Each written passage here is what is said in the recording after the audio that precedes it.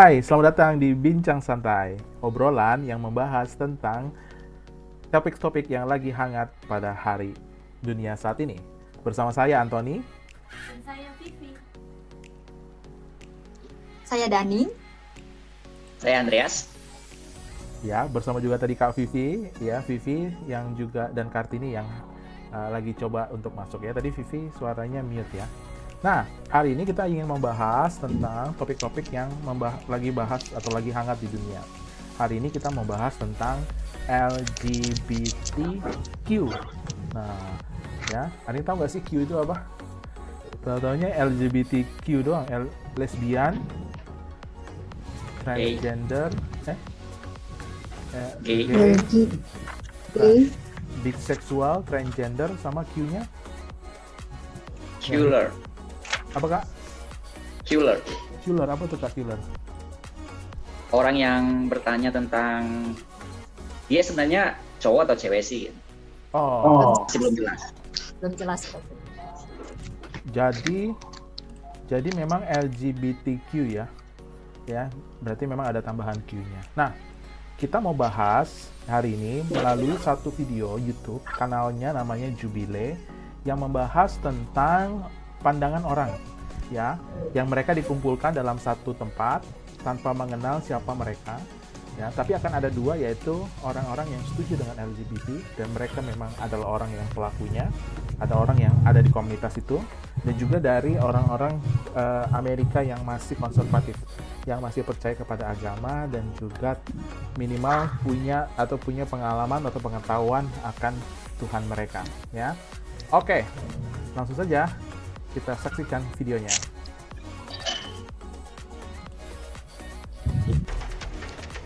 On the left-hand side, can I have my LGBT folks? On the right-hand side, can I have my conservatives? Mereka dibagi dua. Di sebelah sini adalah yang LGBT. There are times when I feel dan uncomfortable traditional expressing my marriage. views around sexuality. Pertanyaan pertamanya, saya merasa tidak nyaman, ya, uncomfortable.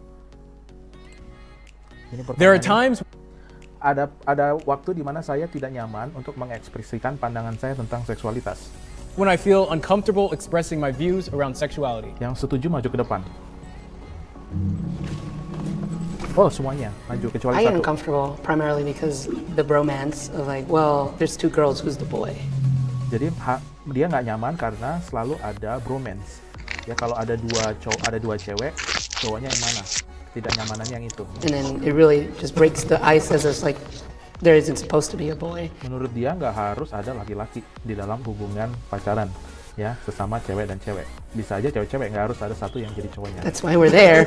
I do my best to break the ice with the comedic deflection, which I've learned is a self-defense mechanism. Right? So. I come from a very conservative community. Dia datang dari orang tua atau komunitas yang konservatif, artinya yang sangat percaya terhadap agama. And so, it just wasn't talked about. The people I've had the most conversation with about are actually my family, which is really weird because I came out to my parents because my dad was going to be leading the protests at the Pride Festival that my boyfriend wanted me to go to.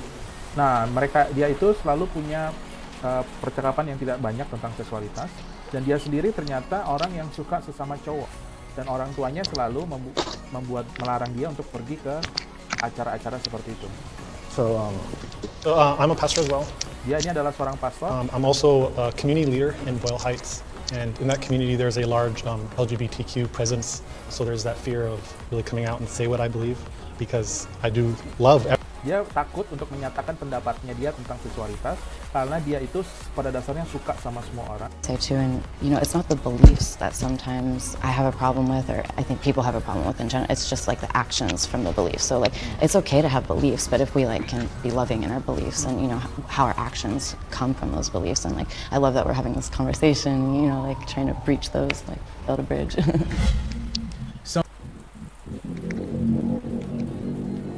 Ya, itu pertanyaan pertama, Kak. Jadi pertanyaannya itu, apakah kita yang di sini ini memiliki rasa kenyamanan untuk menyatakan atau sedang mengobrol tentang seksualitas di tempat umum begitu ya? Iya, pandangan tentang seksualitas di tempat umum.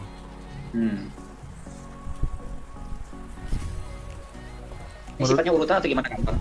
Ya boleh, mulai dari Kak Andreas dulu. Ya kalau secara umum ya, untuk saya pribadi, saya merasa nggak nyaman ya. Terutama kalau misalnya komunitas tersebut itu adalah orang-orang yang lebih tua. Tentu budaya kita itu budaya yang menjaga hal-hal kayak gitu. Kecuali memang sedang membahas topik hal itu gitu ya. Ini bukan bicara tentang ini ya, tentang LGBT-nya, tetapi secara umum saya merasa kurang nyaman. Kecuali mungkin bersama dengan teman-teman yang seusia lalu sedang membahas tentang topik itu, saya mungkin akan lebih nyaman ketimbang satu komunitas orang-orang tua yang tidak saya kenal ataupun memiliki tingkatan yang lebih tinggi atau lebih berusia lebih tua, saya agak merasa nggak nyaman.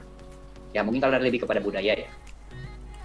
Saya sih setuju sih ya kalau bicara tentang seksualitas tuh memang biasanya pendidikan seks itu kan memang jarang ya, kalau apalagi buat anak-anak buat orang-orang Asia itu biasanya masih sangat tabu untuk bicara tentang seksualitas ya, atau pandangan tentang seks. Nah, tapi ini yang saya lagi menarik itu menurut saya itu pandangan tentang pastornya tadi itu Kak. Ya, bagaimana dia tuh sebetulnya seorang pastor, seorang pemimpin komunitas yang kebetulan di tempatnya dia itu banyak sekali orang-orang LGBT. Tetapi dia punya pandangan takut ya Pak untuk menyatakan pendapatnya tentang seksualitas, karena menurut dia lebih suka cinta sama orangnya ya, dan nggak mau menggeser satu sama yang lain. Gimana tuh Kak? Apakah kita nih sebagai orang Kristen, sebagai orang ini memang harus hati-hati sekali menyatakan hal itu kepada orang-orang yang punya pandangan seperti ini? Kalau dari saya pribadi, bisa jadi pastor yang tadi itu dia sangat berhati-hati. Dia bilang dia itu mencintai semua orang. Bisa jadi dia nggak mau membuat lingkungannya, komunitasnya itu yang sudah bergabung sama dia itu kecewa. Bisa jadi di antara mereka ada yang sudah sepasang seperti itu dan mungkin dia tahu dan dia tidak mau membicarakannya, membahasnya. Dia nggak mau orang yang sedang melakukan itu terluka, atau dia mau cari aman gitu. Dia hanya ingin menyampaikan hal-hal yang di pandangan orang lain itu setuju. Sementara kan kalau bicara soal LGBT itu harus hati-hati banget. Sedikit saja itu bisa jadi pro dan kontra. Jadi kalau menurut saya harusnya kan seorang pastor nggak gitu ya. Kalau memang dia tegas ya tegas, dia harus terima resikonya. Mau disukai jemaatnya atau tidak, yang penting dia memberitakan selagi itu hal yang baik dan menurut firman Tuhan. Tapi kalau dia memilih untuk ya takut gitu, ya gimana ya, mungkin dia masih ya ada dalam zona nyaman dia.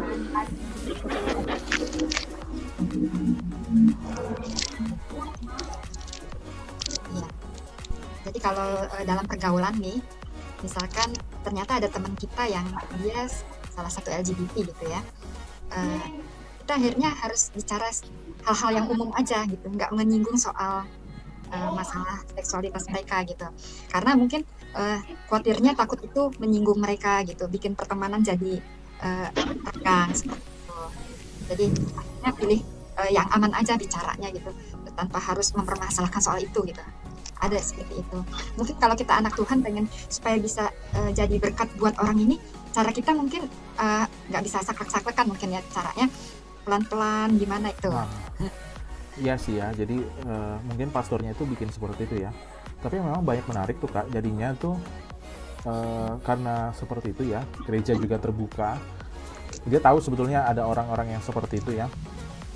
Tapi dia juga akhirnya membuka pintu gereja, sehingga ini yang saya takut nih Kak ya, orang juga merasa nyaman di dalamnya instead of changing yang him or herself menjadi sesuatu yang memang menurut firman Tuhan, karena mungkin ayat-ayat tentang homoseksuality dan segala macam lain sebagainya itu tidak dikeluarkan karena jemaatnya itu banyak orang punya pandangan itu peran gereja jadinya nggak mengajar menurut saya sih ya.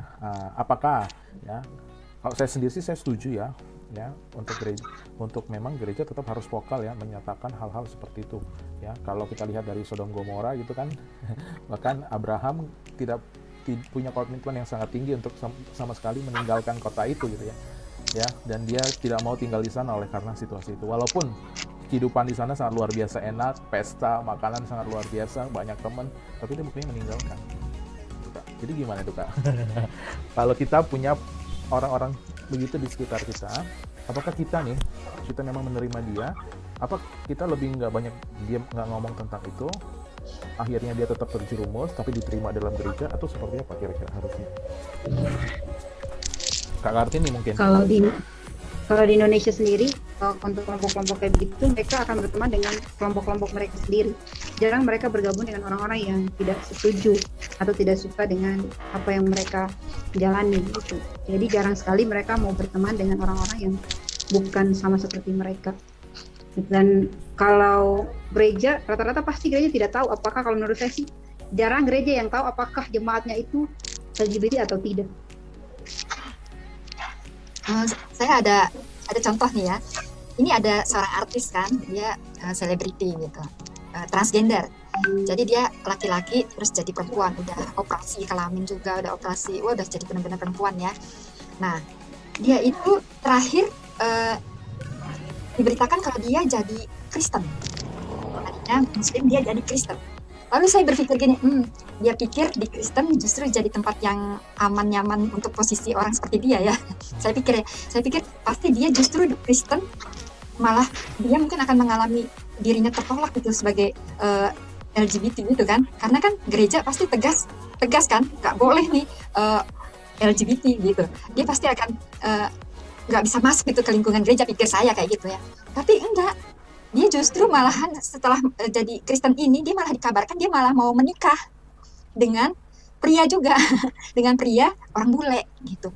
Jadi saya pikir kan gerejanya pasti tahu dia karena dia orang terkenal gitu. Kalau dia tuh harusnya, kalau menurut saya gitu, gereja punya cara justru mengarahkan orang kayak gitu supaya, kan banyak juga ceritanya orang-orang yang udah jadi perempuan jadi laki, akhirnya kembali lagi gitu karena bantuan gereja juga.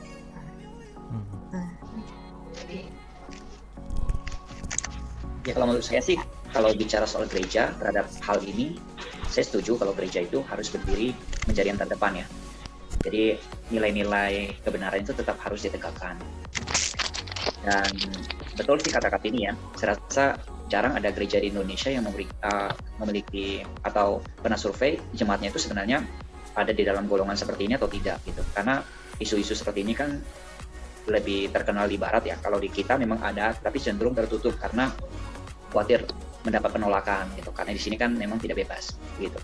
Kalau saya secara pribadi, saya kalau misalnya tahu ada seseorang yang memang ada di golongan tersebut, saya juga enggan sih, apalagi kalau nggak kenal-kenal banget gitu untuk langsung bicara.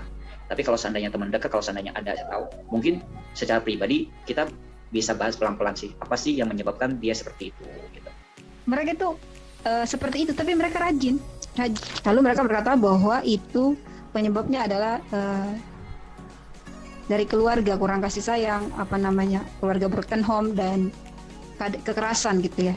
Itu kenapa kamu kayak gitu, katanya seperti itu. Dan kadang bilang feeling gitu, kok aku dari dulu sukanya itu gitu, feeling katanya. Dia berbicara tentang feeling, dan yang lainnya berbicara tentang latar belakang kehidupannya gitu. Tapi itu kalau untuk menjudge agama sebenarnya nggak boleh sebenarnya. Nah, Kak, ini sebelum masuk di Kak Vivi nih ya, jadi sebetulnya tuh yang saya lihat tuh dari tadi pandangan seksualitas itu adalah adanya coba untuk penggeseran gitu ya. Saya lihat ada penggeseran bahwa kalau pacaran itu ada cewek, mana cowoknya, kalau cowok mana ceweknya gitu ya. Mana ceweknya. Jadi mereka merasa bahwa cinta itu bisa diekspresikan kepada siapapun. Saya juga yakin ya, namanya kita mengasihi orang gitu ya, itu memang tidak harus terikat sama gender. Dalam arti mengasihi teman kita ya, mengasihi orang tua kita, saya percaya bahwa kita harus melakukan itu tanpa batas gender. Tapi itu adalah sesuatu yang menurut saya diblurkan gitu ya, karena kalau bicara mengenai cinta dalam arti pasangan, ya menurut saya memang harus mempunyai, ya itu harus laki-laki dan perempuan gitu ya Kak ya. Atau mungkin konteksnya sebenarnya. Gimana menurut Kakak sendiri, apakah sekarang ini itu yang menjadi titik pergempurannya konsep itu ya, dan bagaimana kita melihat Indonesia nih, apakah sudah mulai bergeser atau rasanya kita masih firm di situ? Kalau pandangan saya soal cinta tadi, dari dulu kan memang di gereja itu sudah diajarkan cinta itu ada 4 jenis. Ada cinta agape, cinta eros, cinta saya lihat di sini filia sama storge.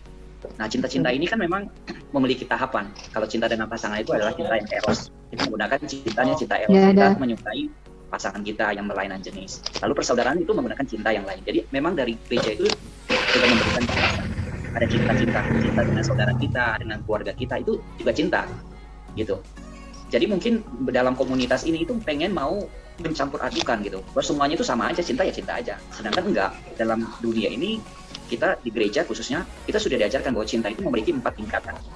Kita sesama jenis ada cintanya namanya sendiri, cinta persaudaraan dengan orang lain itu ada sendiri gitu dan lain-lain. Ya cinta yang tertinggi itu agape, yaitu cinta yang tidak menuntut balasan. Ya cinta bukan cinta. Jadi tidak bisa dicampur adukan jadi satu lalu memberikan pandangan secara universal, semuanya sama. Secara rasa itu memang salah ya.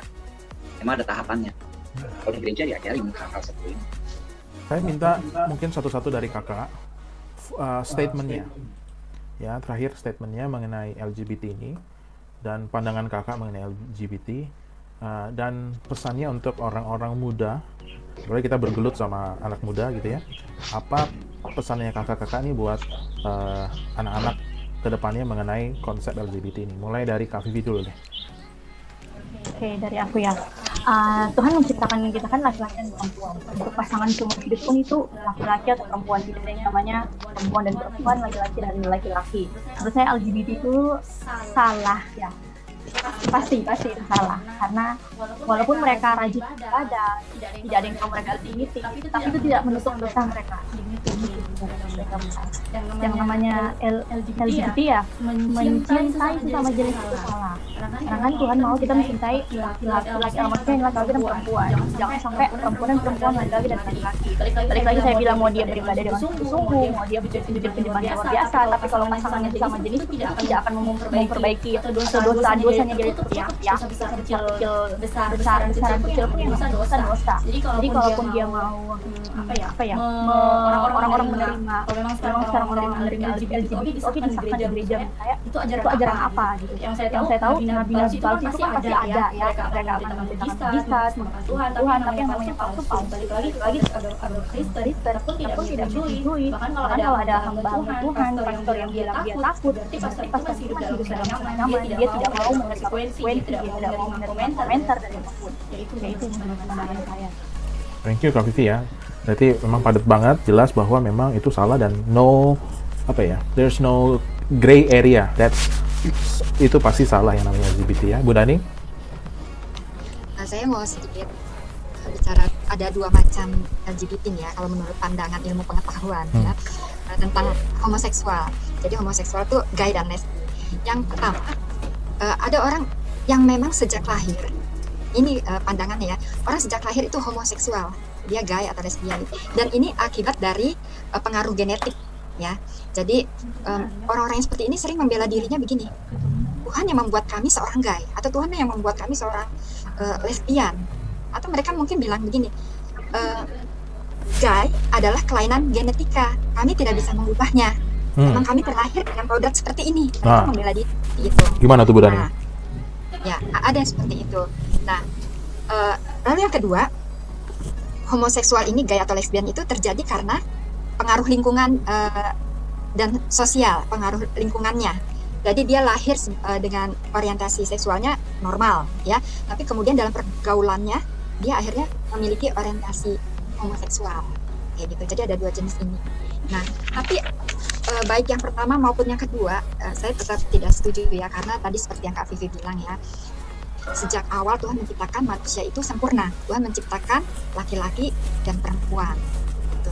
Jadi setelah kejatuhan manusia dalam dosa, memang ya nilai-nilai moral manusia juga rusak ya. Mereka mulai menentang Tuhan, berusaha untuk memuaskan keinginannya sendiri, termasuk juga hal seksualnya seperti itu. Akhirnya ya mereka punya kebenaran sendiri deh. Nah, tapi tetap ya firman Tuhan tegas melarang LGBT. Makanya Tuhan juga mau kita juga tidak salah bergaul, karena katanya LGBT itu menular. Kita tidak salah bergaul. Kayak corona ya. Ya, ada seorang psikolog bilang katanya itu menular. Jadi dari orang normal kalau dia masuk ke lingkungan seperti itu, nanti dia bisa juga ya lama-lama nyaman, lama-lama hal itu bukan hal yang nggak wajar, dianggap mulai wajar, dia masuk ke situ juga gitu. Nah, dan kita juga harus tahu kodrat kita, laki-laki atau perempuan gitu. Dan Tuhan mau kita hidup ya itu. Karena tadi udah dibahas mengenai apa sih pandangan kita dan bagaimana yang kita lakukan terhadap khususnya pesan kita kepada anak muda tentang LGBT. Nah, saya mau 2 pertanyaan terakhir ini dari Kak Kartini dan Kak Andreas untuk kasih statement kalau saya percaya bahwa itu sebetulnya adalah sebuah perasaan ya, kadang-kadang ya, itu ada perasaan yang memang kadang-kadang ditumpuk terus ya. Atau mungkin yang juga nonton ini kalau memang sudah mulai terpikir dan terjebak kepada konsep seksualitas yang abu-abu ya, apa pesannya dari Kak Kartini sama Kak Andreas buat teman-teman yang lagi ada masalah atau kebingungan tentang seksualitasnya? Silakan Kak Kartini dulu. Untuk teman-teman yang ada masalah dengan perasaannya ya gitu ya, secara yang benar aturan dan moral-moral yang berlaku ya seharusnya laki-laki dan perempuan gitu ya, dan perempuan dan laki-laki sebaliknya, bukan perempuan dan perempuan dan laki-laki dan laki-laki.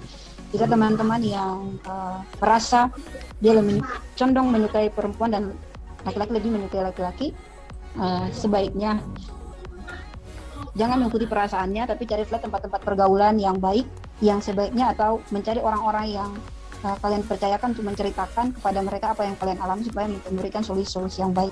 Jangan kalian mengalami perasaan seperti itu lalu kalian mencari orang-orang yang sama untuk mendukung, pasti mereka akan mendukung apa yang kalian alami. Jadi carilah orang-orang yang bisa memberikan masukan yang baik, dan juga carilah tempat-tempat yang baik seperti gereja, mungkin orang-orang yang ada di gereja untuk mendoakan dan menolong kalian dari apa yang kalian alami. Itu saja.